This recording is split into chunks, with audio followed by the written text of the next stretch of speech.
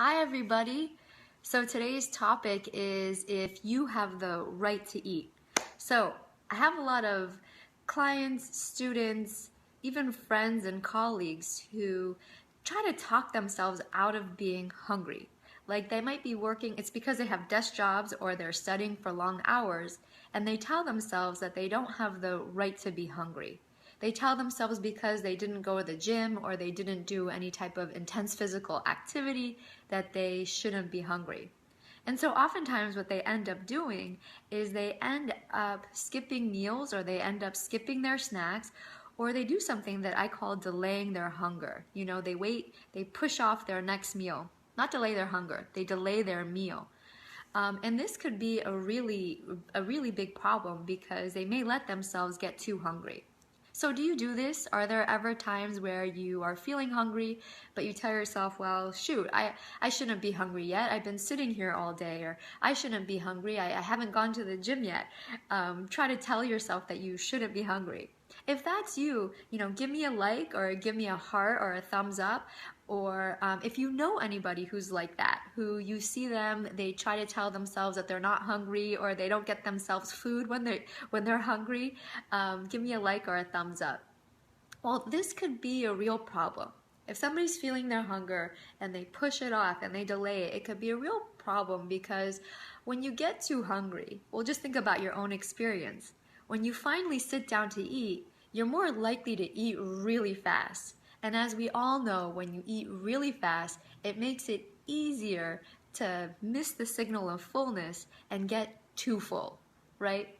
Another problem of eating when you get too hungry or pushing off, your meal or waiting too long to eat is you're more likely to have heightened, uncontrollable cravings. Cravings for the fattiest, oiliest, cheesiest, chocolatey, deep-fried foods. Another problem of letting yourself get too hungry is you're more likely to have a dip in energy levels, a dip in mood, also problems with concentration.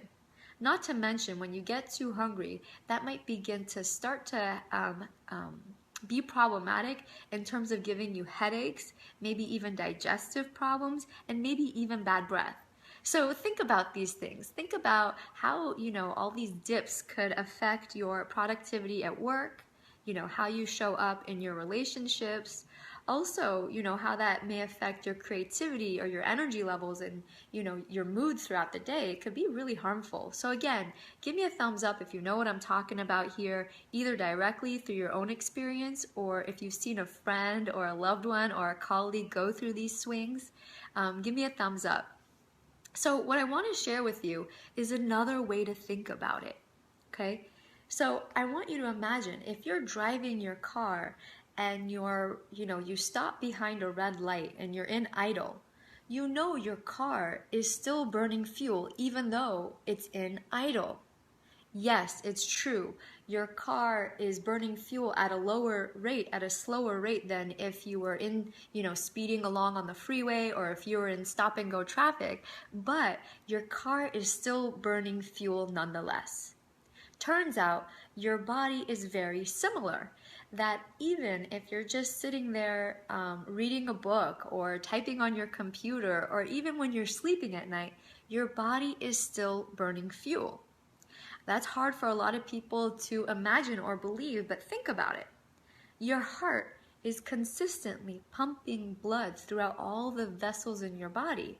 That takes fuel. How about the fuel it takes for your lungs to constantly inhale and exhale oxygen all day long? How about the fuel it takes for your kidney to filter every drop of blood throughout your body constantly? How about the fuel it takes for you to digest the food that you ate, or the fuel it takes for your immune system or for your hormones? I mean, as you could see, I could go on and on.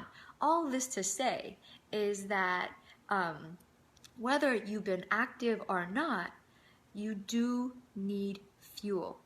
So next time you begin to question whether or not you have the right to be hungry, I just want you to remember the most accurate determination of whether or not you have the right to eat is by learning how to tune in to your body's natural hunger cues.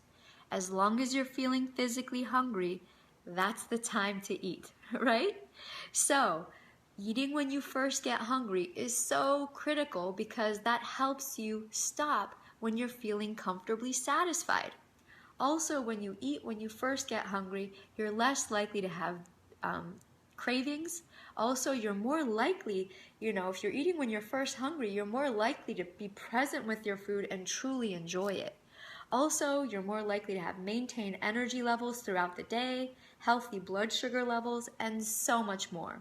So I want to share a client story with you that I feel illustrates this and quite relatable. I really related to her story, and I think you might also. And here it goes. I had a client who told me, whenever she would pass by a bakery and she would smell that smell, without hesitation, she'd go in and get something. Now, for her, this became a real problem just because she lived in a town where there were a lot of bakeries. Not to mention, her children's schools oftentimes had bake sales. Furthermore, her friends and families, whenever they would have gatherings, there'd be baked items there as well. Now, this is where it gets interesting. After I got to know her better, I saw that she had this mentality because she had a desk job. She didn't give herself permission to eat throughout the day. She let herself get overly hungry. Now, this is what gets really cool. Just by eating regular meals throughout the day, she eliminated her cravings just like that. She was so excited at the results that she got because she saw that her cravings absolutely vanished. How about you? Is that something that you could practice this week? Because remember, as long as you're physically hungry, it's time to eat. Now, I want to go on by saying it's totally common for people not to know what physical hunger feels like in their body. Also, many people may confuse a sensation of physical hunger with things like boredom, stress, being tired. Give me a thumbs up if you know what I'm talking about, or if you know somebody who struggles with that as well. It could be a challenge to distinguish between physical hunger and our other physical sensations. So if this is something that you can relate with, or you know people in your life you can relate this, please share this message. Share this message because people need to learn that, sometimes it's easy to confuse physical hunger with things like being bored or tired or stressed and so on. So be sure to share this message. And if that's you, if you have a hard time distinguishing between physical hunger and these other sensations, be sure to send me a private message. Just type in the word food freedom and I'll take it from there. So, to put this in a bite-sized message, pardon the food pun, but I just couldn't help myself. The question being, if you ever ask yourself, do I have the right to eat? The answer is, as long as you're physically hungry, it's time to eat. But if you have a hard time distinguishing between physical hunger and other bodily sensations, that's a reason to send me a private message. So, I am registered dietitian nutritionist Eve Lahijani. It's my passion to help you trust your hunger and make peace with food. Happy eating, and thank you for watching.